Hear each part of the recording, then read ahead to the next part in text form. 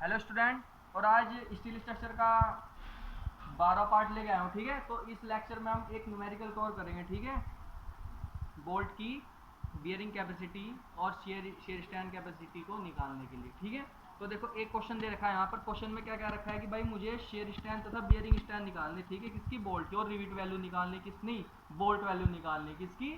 Bolt की। ठीक है, तो इसमें क्या क्या रखा है कि बोल्ट का डायमीटर कितना देखा, डी बराबर 20 mm दे दिया भाई। ठीक है, यहाँ पे बोल्ट की प्रॉपर्टी क्या दे दी भाई मुझे? बोल्ट की प्रॉपर्टी दी 8.8। ठीक है, यहाँ पर एज डिस्टेंस कितनी दी? 33 mm दे दी यहाँ पर। ठीक है, पिच पी का मान कितना दे दिया? 50 mm दे दिया। आ गया भाई यहाँ पर समझ में? और भाई यहाँ पे क्या कह दिया कि इसने क्या कहा कि जो शेयर प्लेन है ये क्या है, एक प्लेट ये होगी, ये क्या होगा, लैप जॉइंट बना रखा है इसने। ठीक है, ये क्या है, दूसरी प्लेट होगी। माना पहली प्लेट की थिकनेस कितनी दी भाई? 10 mm दे दी। दूसरी प्लेट की थिकनेस भी कितनी दी? 10 mm दे दी। माना एक बोल्ट लग रखा है यहाँ पर, ये बोल्ट। तो इसने क्या क्या रखा है कि जो ये शेयर प्लेन है ना, ये शेयर प्लेन है, ये शेयर प्लेन सैंक के डायमीटर को क्या कर रहा है? कट कर रहा है, ना कि थ्रेडेड को कट कर रहा है। ठीक है, तो भाई मैंने बताया था कि शेयर स्ट्रेंथ, तो शेयर स्ट्रेंथ क्या हो जाएगी भाई बोल्ट की? शेयर स्ट्रेंथ का फॉर्मूला क्या हो जाएगा? वी डी पी बी बराबर एफ यू बी। ठीक है भाई, एफ यू बी गुणा N S into A S B plus K N N into A N B बटे under root K 3 into gamma M B. ये होता है F U B. क्या होता था कि बोल्ट की अल्टीमेट स्ट्रेंथ। वो कहाँ से निकालेंगे? 8.8 से। 8 गुणा 100 कितना हो जाएगा? 800। तो 800 क्या हो गया? मेगा पास्कल हो गया। क्या हो गया? बोल्ट की स्ट्रेंथ एफ यू बी का मान हो गया। A N N S, N S क्या होता है कि यहाँ पर शेयर प्लेन कितने हैं? शेयर प्लेन कितना? एक शेयर प्लेन होगा। ए एस बी क्या है यहाँ पर? A S B, A S B bolt के शैंक का डायमीटर कितना था? Pi by 4 into D square. तो पाई बटे 4, डी का मान कितना रखा भाई? 20 का होल स्क्वायर रखा। तो ए एस बी बराबर कितना आ जाएगा भाई? यहाँ से ये यहाँ से सोल्व करके कितना आया? 3 से 14.16 mm स्क्वायर आ गया। तो इस क्वेश्चन में क्या क्या रखा है कि इस क्वेश्चन में ये क्या रखा है कि जो शेयर प्लेन है ना, शेयर प्लेन सैंक को कट कर रहा है, सैंक को कट कर रहा है। तो इसलिए एन एस का मान कितना हो गया? 1 हो गया। और एन एन का मान कितना हो जाएगा? 0, क्योंकि शेयर प्लेन द्वारा थ्रेडेड पार्ट, बोल्ट का थ्रेडेड पार्ट क्या है? कट नहीं किया गया। तो इसलिए एन एन का मान क्या हो गया? 0 हो गया। और ए एन बी क्या होता है? थ्रेडेड पार्ट का एरिया। थ्रेडेड पार्ट का एरिया कितना था? 0.78 गुना ए एस बी। ठीक है, ये कितना आएगा? 0.78 गुना 314.16। तो कितना आ जाएगा? ए एन बी का मान कितना आएगा? 245 mm स्क्वायर हो जाएगा।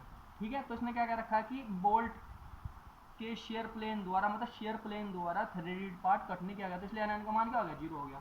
तो निकालो भाई यहाँ पर वी डी पी बराबर कितना? एफ यू बी का मान कितना है? 800 हो गया। गुना एन एस का मान कितना हो गया? 1 हो गया। इसका मान कितना है? 314.16 हो गया। प्लस के 0 गुना 245 बटे अंडर रूट के 3 गुना गामा एम बी, मतलब बोल्ट की फैक्टर ऑफ सेफ्टी कितने? बोल्ट के मटेरियल के 1.25। तो वी डी पी बराबर भाई यहाँ से सोल्व करके कितना आएगा? ये 116। ठीक है, किलो न्यूटन बटे 1000 से भाग दे रही, क्योंकि एक किलो किस में कन्वर्ट करना? किलो न्यूटन में। इतना आ गया। अब क्या निकालेंगे? बियरिंग स्टैंड निकालेंगे। क्या निकालेंगे? Bearing stand. ठीक है, तो बियरिंग स्टैंड का फॉर्मूला क्या होता था? निकाल लो। ठीक है, चलो कुछ भी ले लो यार, बियरिंग स्टैंड पी एस ले लो। 2.5, ठीक है, K B into D into T. ठीक है, और एफ यू प्लेट की स्टैंड बटे फैक्टर ऑफ सेफ्टी। ठीक है, बोल्ट की फैक्टर ऑफ सेफ्टी कितनी लेते हैं? 1.25 लेते थे। ठीक है, तो भाई मुझे पता है कि यहाँ पे मुझे क्वेश्चन में क्या कर रखा है कि प्लेट की अल्टीमेट स्टैंड कितनी दी? 410 मेगा पास्कल दे दी भाई। यहाँ इसका मान कितना? 410 मेगा पास्कल। ठीक है, और मुझे पता है कि के बी का मान क्या होता था? Minimum of E upon 3D, P upon 3D minus के 0.25 एफ यू बी बटे एफ यू और 1। इन सब में जो मिनिमम होता के बी का मान, तो के बी बराबर क्या हो जाएगा? मिनिमम ऑफ ई का मान कितना भाई? 33 बटे 3 यूनिट डी। डी मतलब बोल्ट के होल का डायमीटर। बोल्ट के होल का डायमीटर, तो जब बोल्ट का डायमीटर कितना होता है? 20 mm होता है। तब इसमें कितना जुड़ जाएगा? 2 नहीं जुड़ जाता। तो बोल्ट के डायमीटर का होल के डायमीटर कितना आएगा? 22 mm। कितना आएगा? 22 हो गया। पी का मान कितना रखा? 50 बटे 3 इंटू 22 माइनस के 0.25। एफ यू बी का मान कितना? 800। एफ यू का मान कितना? 400। तो इसका मान कितना? 1। तो के बी बराबर जो मिनिमम वैल्यू होगी कितनी आ जाएगी यहाँ पे? वो निकाल के भाई कितनी आ जाएगी यहाँ पे कैलकुलेट करके? ये 0.5 आ जाएगी भाई यहाँ पर के बी का मान, ठीक है। इसे कैलकुलेट कर लेना कितना आएगा, 0.5 आ जाएगा। तो पी एस बराबर, या पी बी ले लो, मर्जी है आप यार, क्योंकि बियरिंग है तो बी पी बी ले लो, ठीक है। तो पी बराबर 2.5 गुणा 0.5 गुणा डी, डी के बोल्ट का डायमीटर 20 गुणा प्लेट की थिकनेस 10, एफ यू का मान 410 बटे 1.25 गुणा 1000 किलो न्यूटन में चेंज करने के लिए। तो एफ बी बराबर कितना है भाई, 82 किलो न्यूटन आ गया। तो रिविट वैल्यू क्या हो जाएगी, minimum of shear strength and bearing strength, तो कितना आएगा 82 किलो न्यूटन, ठीक है। ये आपका आंसर हो गया, ठीक है। अब दूसरा क्वेश्चन देख लो यहाँ पर। एक क्वेश्चन में क्या कर रखा है, ये लैब जॉइंट दे रखा है यहाँ पर, क्या क्या रखा है, लैब जॉइंट दे दिया, ठीक है। इसकी थिकनेस कितनी दे दी, 20 दे दी, ठीक है। इसकी थिकनेस कितनी दे दी, 20 mm दे दी। और इन्हें क्या कर रखा, बोल्ट से जोड़ रखा भाई, ये जोड़ दिया भाई यहाँ पर बोल्ट, ठीक है। ये क्या कर रहा है, बोल्ट से जोड़ दिया, ठीक है, जोड़ दिया बोल्ट से। इसने क्या कर रखा है कि shear plane cut the threaded, इसने क्या कर रखा है कि जो शेयर प्लेन है ना, शेयर प्लेन, ये इस शेयर प्लेन द्वारा क्या किया, बोल्ट का थ्रेडेड पार्ट क्या किया गया, कट किया गया, सैंक नहीं कट किया गया। तो इसलिए एन एस का मान कितना हो जाएगा, 0 हो जाएगा, लेकिन एन एन का मान कितना हो जाएगा, 1 हो जाएगा। 1 क्यों होगा, क्योंकि शेयर प्लेन कितने, 1 है, ठीक है। तो यहाँ पर देखो, यहाँ पर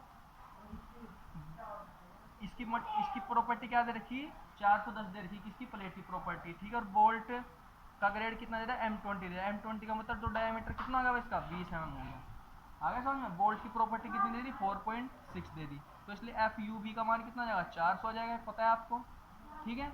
एफ वाई बी का मान कितना आ जाएगा, 240 आ जाएगा मेगा पास्कल, ये मैंने आपको पहले बता चुका था पहले लेक्चर में, ठीक है। अब देखते हैं यहाँ पर आ गया भाई यहाँ तक समझ, चलो बहुत बढ़िया, यहाँ तक जो समझ में आ गया तो आपके। अब देखो शेयर स्ट्रैंड निकालेंगे किसकी, हम बोल्ट की। तो देखो यहाँ शेयर स्ट्रैंड चलो पी एस ले लो, ठीक है। पी एस मुझे पता है कि फॉर्मूला क्या होता है इसका, क्या होता था, एफ यू बी गुणा एन एस गुणा ए S B plus K N N into A N B बटे अंडर रूट के 3 इंटू 1.25। इसका मान क्या हो जाएगा, इसका मान 0 हो जाएगा, क्योंकि एन एस का मान 0, एन एन का मान कितना हो जाएगा, 1 दे रखा। तो पी एस बराबर कितना, एफ यू बी का मान कितना है भाई यहाँ पर, 400, ठीक है, गुणा इसका मान 0 है तो 0 ले लो, एन का मान कितना है, ए एन बी मतलब 0.78 गुणा π/4 इंटू डी स्क्वायर, डी का मान कितना, 20 का होल स्क्वायर बटे अंडर रूट 3 गुणा 1.25 गुणा 1000, जिसे किलो न्यूटन में चेंज करने के लिए 1000 से भाग दे दी मैंने यहाँ पर। तो उससे इसकी वैल्यू कितनी है यहाँ पर, 45.27 किलो न्यूटन है मेरे भाई यहाँ से, ठीक है। अब क्या निकाल लेंगे, बियरिंग स्टैंड निकाल लेंगे। तो पी बी ले लो, तो 2.5 K B into D into T into F U बटे फैक्टर सेफ्टी 1.25 गुणा 1000, ठीक है। मुझे पता है कि के बी का मान क्या होता है, मिनिमम ऑफ द, जो मैंने पहले फॉर्मूला बताया था आपको, ठीक है। लेकिन इस क्वेश्चन में आपको क्या क्या रखा है, देखो इस क्वेश्चन में जो ई का मान दे रखा है, ई का मान कितना दे दिया भाई, 30 mm दे दिया, ठीक है। ई का मान कितना है, 30 mm दे दिया, पी का मान कितना था, 60 mm दे दिया, ठीक है। तो बोल्ट के होल का डायमीटर कितना जाएगा, 20 प्लस 2 जोड़ देंगे तो कितना 22 mm हो जाएगा, हो गया। तो के बी बराबर क्या होता है, मिनिमम ऑफ क्या होता था भाई, ये मिनिमम ऑफ क्या होता था, ये मिनिमम ई का मान कितना था, 20 बटे, आ गया ना समझ भाई, यहाँ तक तो आ रहा है, ठीक है। चलो बढ़िया, 3 गुणा 22, पी का मान कितना, 60 बटे 3 गुणा 22 माइनस के 0.25, एफ यू बी का मान कितना भाई है, 400 बटे 410 एक। तो मिनिमम इसमें जब कैलकुलेट करेंगे जो मिनिमम कितनी आएगी, 0.45 वैल्यू आएगी यहाँ पर, ठीक है। तो ये चीज़ें आपको याद रखनी है। ए बी का मान कितना आ गया था भाई मेरे पास यहाँ पर, 0.45 आ गया था, ठीक है। तो क्या बियरिंग स्टैंड कितनी है, 2.5 इंटू के बी का मान कितना, 0.45, डी का मान कितना था, 20, थिकनेस कितनी थी प्लेट की भाई वहाँ पर, 20 थी, ठीक है। और भाई प्लेट के मटेरियल की जो अल्टीमेट स्टैंड कितनी थी, 410 थी बटे 1.25 गुना 1000, 1000 क्यों ले रहा हूँ, क्योंकि किलो न्यूटन में डायरेक्ट चेंज कर रहा हूँ भाई मैं। तो यहाँ से कितना जाएगा, 147.6 किलो न्यूटन आ गया इसका मान, ठीक है। तो स्ट्रेंथ ऑफ द बोल्ट कितनी जाएगी भाई यहाँ पर, strength of the bolt, strength of the bolt और रिविट वैल्यू, नहीं bolt value sorry, minimum of इन दोनों की मिनिमम कितनी थी, 45.27 और 147.6, तो कितना जाएगा 45.27 किलो न्यूटन आ गया, ठीक है। ये आ गया स्ट्रेंथ। लेकिन अब अगर हम जॉइंट की एफिशिएंसी निकालनी होगी, जॉइंट की एफिशिएंसी, जॉइंट की एफिशिएंसी ईटा बराबर क्या होती है, स्ट्रेंथ, स्ट्रेंथ कितनी 45.27 गुना 1000 बटे strength of the solid plate, ठीक है, strength of solid plate, strength of solid plate गुणा 100, यही तो होता था। तो माना strength of solid plate, strength of solid plate कितना होता है भाई यहाँ पर स्ट्रेंथ ऑफ सॉलिड प्लेट, ये चीज़ें आपको याद रखनी है, ठीक है। प्लेट की विड्थ वहाँ पे कितनी दे रखी थी भाई, प्लेट की विड्थ b, प्लेट की थिकनेस माना t, माना प्लेट की यील्ड स्ट्रेंथ, माना प्लेट की यील्ड स्ट्रेंथ fy। लेकिन जब हम प्लेट के केस में फैक्टर ऑफ सेफ्टी लेंगे वो कितनी लेंगे, 1.1 लेंगे, ठीक है। चीज़ें आपको याद रखनी है। तो प्लेट की जो विड्थ है वो कितनी दे रखी थी भाई, 180 mm दे रखी थी। प्लेट की थिकनेस कितनी थी, 20। प्लेट की यील्ड स्ट्रेंथ कितनी है, 250, ठीक है। प्लेट की यील्ड स्ट्रेंथ कितनी दे रही थी, वो दे रखी थी भाई वहाँ पर 250 दे रखी थी, ठीक है। चीज़ें आपको याद रखनी है। और बटे 1.1 गुणा 1000, 1000 बटे 1000 क्यों, क्या, क्योंकि इसको किस में चेंज कर दिया उससे, किलो न्यूटन में चेंज किया, तो कितना आ जाएगा 818.18 किलो न्यूटन आ गया यहाँ से। तो एफिशिएंसी बराबर कितना है, 45.27 बटे 818.18 गुणा 100, ठीक है। तो यहाँ से एफिशिएंसी कितनी आ जाएगी भाई निकल के, ये देख लेना भाई, आपको कैलकुलेट कर लेना, ठीक है। आगे समझ में। अब देखो नेक्स्ट टॉपिक हमारा क्या होगा भाई, वेल्डेड कनेक्शन। वेल्डेड कनेक्शन, ठीक है। वेल्डेड कनेक्शन क्या होता है कि जब दो प्लेट को ज्वाइन करने के लिए, जब हम वेल्ड का यूज करते हैं तो उस प्रकार के जॉइंट को, उस प्रकार के कनेक्शन को क्या बोलते हैं भाई, वेल्डेड कनेक्शन बोलते हैं, ठीक है। प्लेट को ज्वाइन करने के तरीके आधार पर, मतलब प्लेट को, जैसे एक प्लेट ही हो गई, ठीक है, दूसरी प्लेट ही हो गई, जब इन दोनों को हम जोड़ेंगे, माना अगर सामने फेस टू फेस जोड़े तो क्या दिएंगे, बट वेल्ड द्वारा जोड़ेंगे। अगर प्लेट एक प्लेट है, दूसरी प्लेट को 90 डिग्री के एंगल पे जोड़ रहे तो उस वेल्ड को क्या कहेंगे, फिलेट वेल्ड कहेंगे। आगे भाई समझ में, ये चीज़ आपको याद रखनी है, ठीक है। तो टाइप्स ऑफ वेल्ड कितने प्रकार के होते हैं, देखो पहले तो सुन लो कि वेल्ड होता क्या है, ठीक है। वेल्ड क्या होता है कि दो प्लेट को ज्वाइन करने में यूज होता है, ठीक है, वेल्ड, ठीक है। ये क्या होता है, एक मेटलर्जिक बॉन्ड बनाता है, ठीक है, मेटलर्जिक बॉन्ड बनाता है। तो इसमें क्या कहते हैं कि एक इलेक्ट्रिक आर्क और क्या कह सकते हैं, ऑक्सी एसिटिलीन फ्लेम मतलब आग का यूज करते हैं, ठीक है। जैसे एक प्लेट ये होगी, दूसरी प्लेट ये होगी, यहाँ पे क्या करते हैं, इलेक्ट्रिक आर्क होती है और ऑक्सी एसिटिलीन फ्लेम होती है, और मेरे पास एक रोड होती है, किसकी, लोहे की रोड होती है। उस लोहे की रोड को यहाँ लगाते हैं और आग लगाते हैं, और फिर यहाँ पे क्या होता है, पूरा मटेरियल क्या होता है, जम आ जाता है, ठीक है, जिससे कि इन दोनों के बीच में जो बॉन्ड है वो टूटे ना, ठीक है। तो इस प्रकार के ज्वाइन करने के तरीके को क्या बोलते हैं, वेल्डेड कनेक्शन बोलते हैं, ठीक है। वेल्ड 3 प्रकार के होते हैं, क्या होता है, एक तो बट वेल्ड हो गया, दूसरा कौन सा हो गया, फिलेट वेल्ड हो गया भाई, ठीक है, तीसरा कौन सा हो गया, स्लॉट वेल्ड हो गया, और प्लग वेल्ड हो गया, ठीक है।